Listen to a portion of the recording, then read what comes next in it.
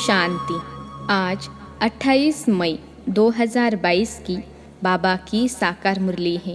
मुरली का सार है, मीठे बच्चे, तुम्हारा प्यार आत्मा से होना चाहिए। चलते फिरते अभ्यास करो।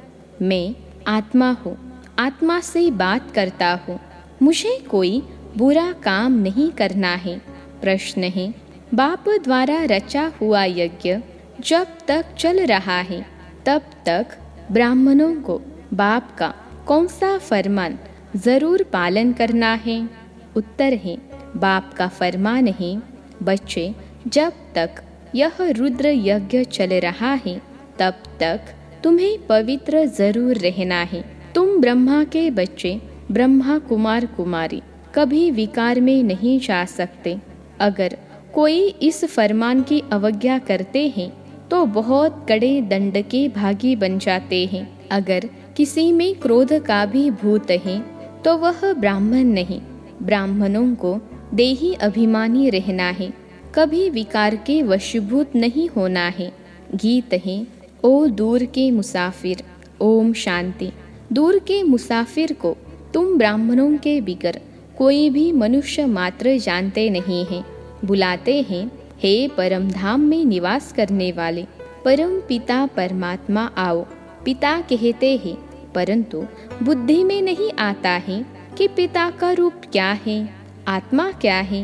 भल समझते हैं आत्मा भ्रकुटी के बीच सितारे समान रहती है, बस और कुछ नहीं जानते। हमारी आत्मा में 84 जन्मों का पार्ट भरा हुआ है। इन बातों का कुछ भी ज्ञान नहीं है। आत्मा इस शरीर में कैसे प्रवेश करती है यह भी नहीं जानते हैं। जब अंदर चुरपुर होती है तब पता पड़ता है कि आत्मा ने प्रवेश किया। फिर जब परमपिता परमात्मा कहते हैं तो यह भी आत्मा ही पिता कहती है। आत्मा जानती है यह शरीर लौकिक पिता का है। हमारा बाप तो वह निराकार है। जरूर हमारा बाप भी हमारे जैसा बिंदी स्वरूप होगा। उनकी महिमा भी गाते हैं। मनुष्य सृष्टि का बीज रूप ज्ञान सागर पतित पावन है, परंतु कितना बड़ा व छोटा है यह सबकी बुद्धि में नहीं बैठता है। पहले तुम्हारी बुद्धि में भी नहीं था कि हमारी आत्मा क्या है। भल परमात्मा को याद करते थे कि हे परमपिता, परंतु कुछ भी जानते नहीं थे। बाप तो निराकार है, फिर वह पतित पावन कैसे ठहरा? क्या जादू लगाते हैं? पतितों को पावन बनाने जरूर यहाँ आना पड़ता है। जैसे हमारी आत्मा भी शरीर में रहती है, वैसे बाप भी निराकार है, उनको भी जरूर शरीर में आना पड़े। तब तो शिवरात्रि अथवा शिव जयंती मनाते हैं, परंतु वह पावन कैसे आकर बनाते हैं यह कोई भी जानते नहीं है। इसलिए कह देते हैं सर्वव्यापी। प्रदर्शनी में अथवा कहाँ भी भाषण आदि करने जाओ तो पहले पहले बाप की ही पहचान देनी है, फिर आत्मा की। आत्मा तो भ्रकुटी के बीच रहती है, उसमें ही सारे संस्कार रहते हैं। शरीर तो खलास हो जाता है, जो कुछ करती है वह आत्मा ही करती है। शरीर के ऑर्गन्स आत्मा के आधार पर ही चलते हैं। आत्मा रात को अशरीरी हो जाती है।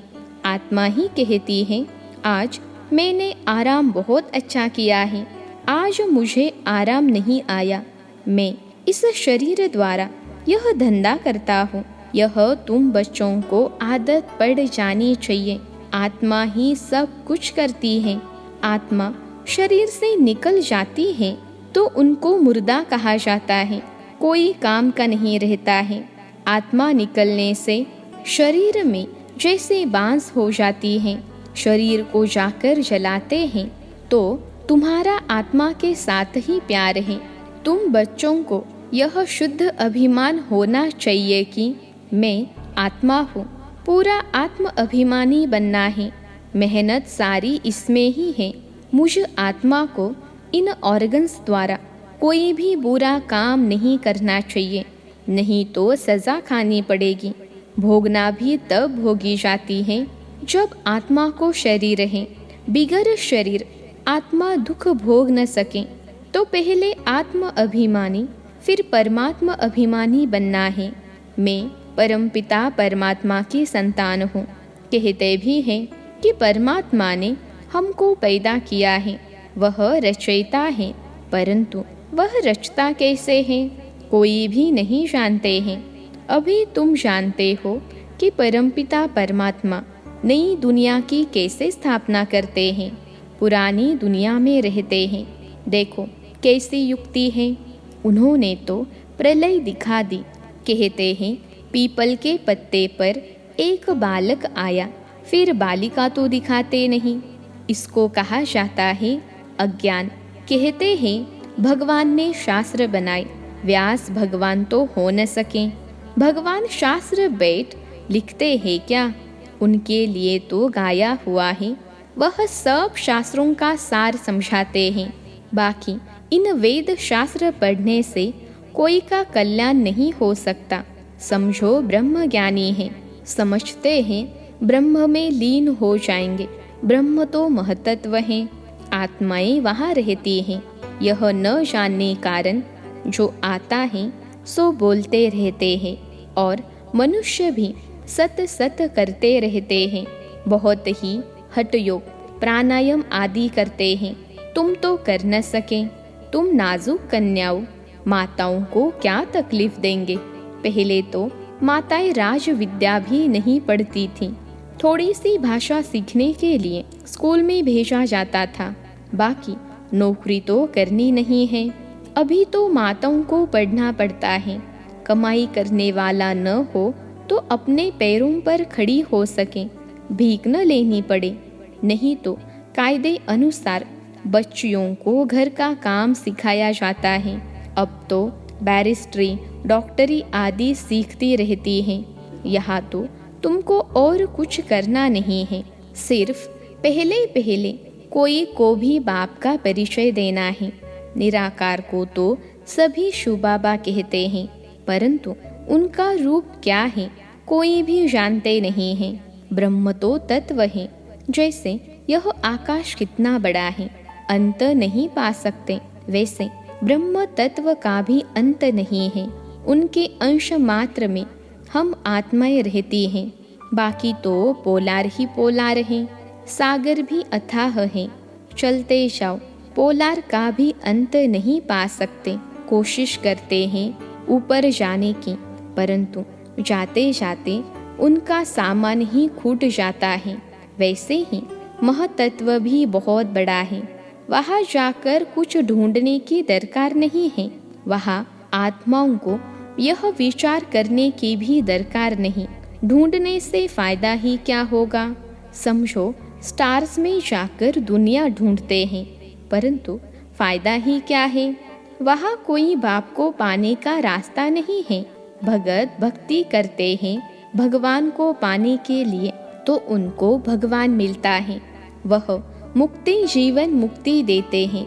ढूंढना भगवान को होता है, न कि पोलार को, जहाँ से कुछ मिलता नहीं।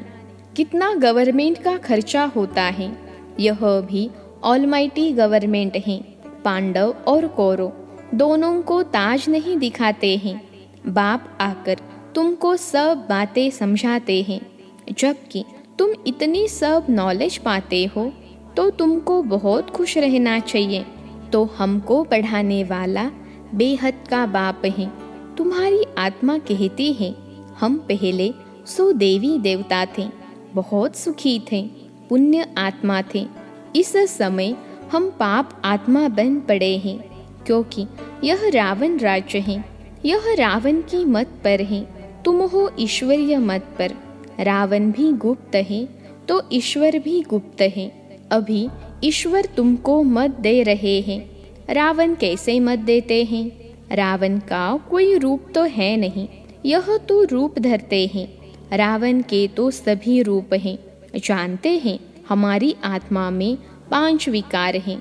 हम आसुरी मत पर चल रहे हैं। मेल फीमेल दोनों में 5 विकार हैं। यह सब बातें मनुष्यों की बुद्धि में तब बैठेगी जब वह जानेंगे कि हमको पढ़ाने वाला निराकार परमपिता परमात्मा है। परमात्मा निराकार है। जब वह साकार में आवे तब तो हम ब्राह्मण बने। बाप भी रात को ही आता है। शिवरात्रि सो ब्रह्मा की रात्रि हो गई।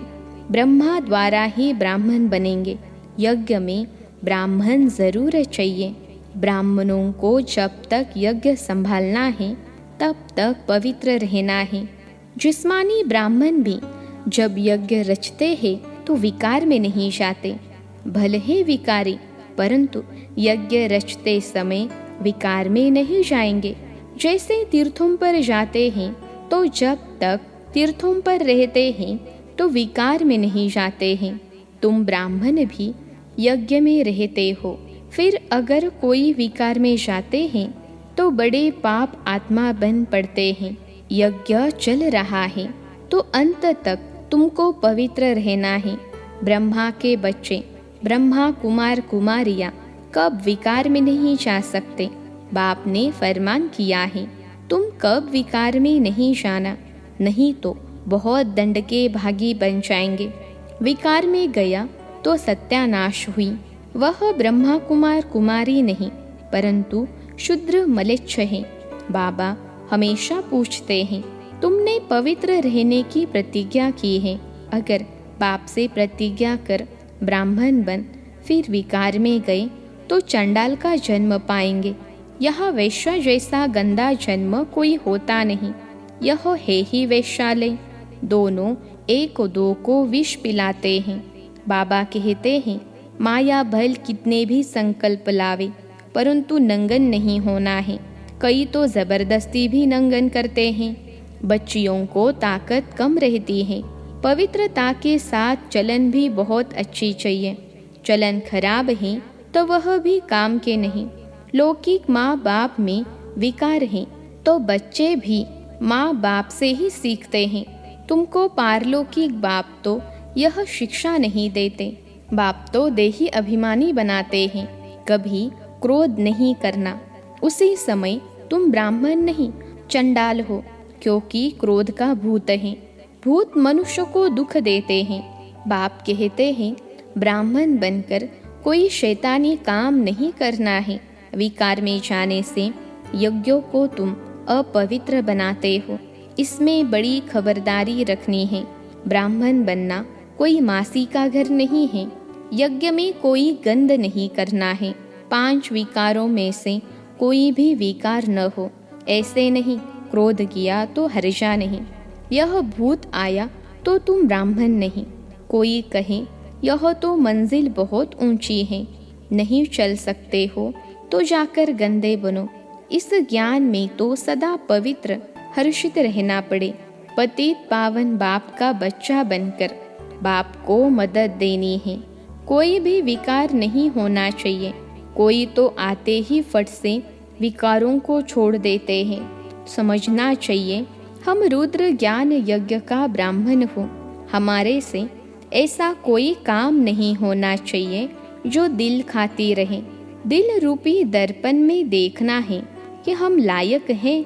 भारत को पवित्र बनाने के हम निमित्त हैं, तो योग में भी जरूर रहना है।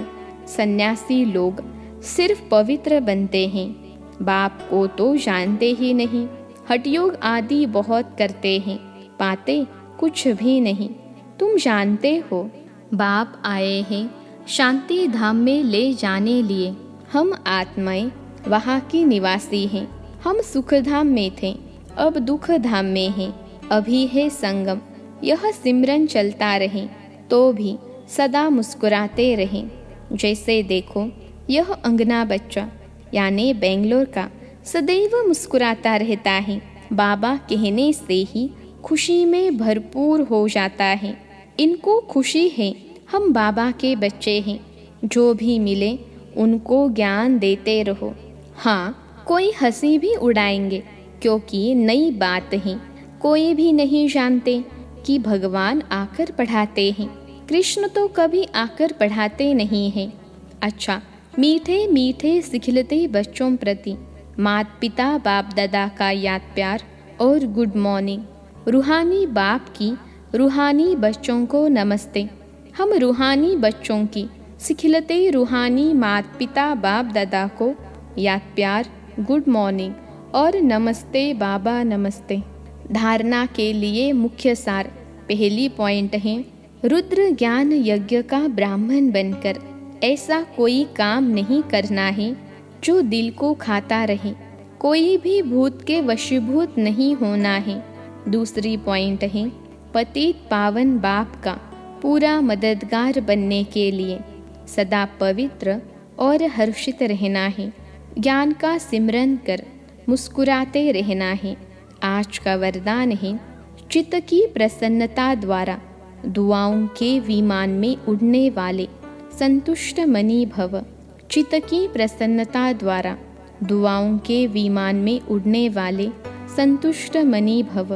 विश्लेषण है, संतुष्ट मनी उन्हें कहा जाता जो स्वयं से, सेवा से और सर्व से संतुष्ट हो। तपस्या द्वारा संतुष्टता रूपी फल प्राप्त कर लेना, यही तपस्या की सिद्धि है। संतुष्ट मनी वह है जिसका चित्त सदा प्रसन्न हो। प्रसन्नता अर्थात दिल दिमाग सदा आराम में हो, सुख चैन की स्थिति में हो। ऐसी संतुष्ट मनिया स्वयं को सर्व की दुआओं के विमान में उड़ता हुआ अनुभव करेगी। ऐसी संतुष्ट मनिया स्वयं को सर्व की दुआओं के विमान में उड़ता हुआ अनुभव करेगी। आज का स्लोगन है, सच्चे दिल से दाता विधाता वरदाता को राजी करने वाले ही रूहानी मौज में रहते हैं। सच्चे दिल से दाता विधाता वरदाता को राजी करने वाले ही रूहानी मौज में रहते हैं। अच्छा, ओम शांति।